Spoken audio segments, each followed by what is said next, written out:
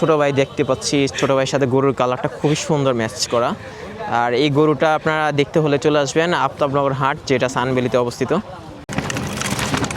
2026 সালের আফতাবনগর যে গরুর হাটটা বসছে সেটা সানভ্যালিতে বসলো, সানভ্যালি।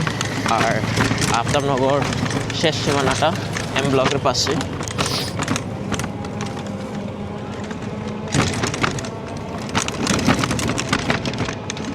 গরু হাটের আগে রাস্তাটা একটু ঠিক করলে বেটার হতো।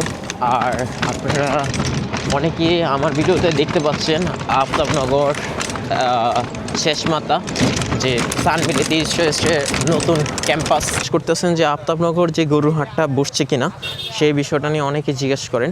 তো আমি এই মুহূর্তে আসছি আফতাবনগর যে গরু হাটটা, যেটা সানভ্যালিতে বসলো। এই সানভ্যালিতে এখনও ওরকমভাবে গরু আসেনি, আজকালকে নাকি অনেক গরু আসবে।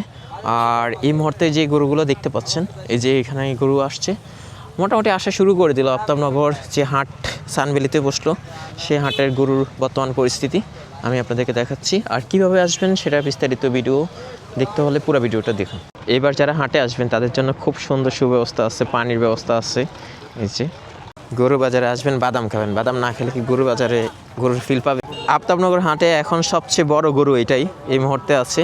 আফতাবনগর হাট বলতে তো আপনারা জানেন এখন আর আফতাবনগর হাট বসে না, এটা সানভ্যালিতে বসে। আর এই গরুটা সানভ্যালিতে এখন পাওয়া যাচ্ছে। মাশাআল্লাহ, খুব সুন্দর একটা গরু দেখতে পাচ্ছি আফতাবনগর হাটে। আপনারা আসলেও দেখতে পাবেন এই গরুগুলা, খুবই সুন্দর মাশাআল্লাহ। মাশাআল্লাহ, এই মুহূর্তে আরেকটা গরু দেখতে পাচ্ছি, এই গরুটাও মাশাআল্লাহ অনেক বড় সড়ো। আর আফতাবনগরে বেশি এখনও গরু আসেনি, যে কয়েকটা আসছে তার মধ্যে এই কয়েকটা গরু এখন বড় আছে। আজকালকের মধ্যে বাকি গরুগুলো চলে আসবে।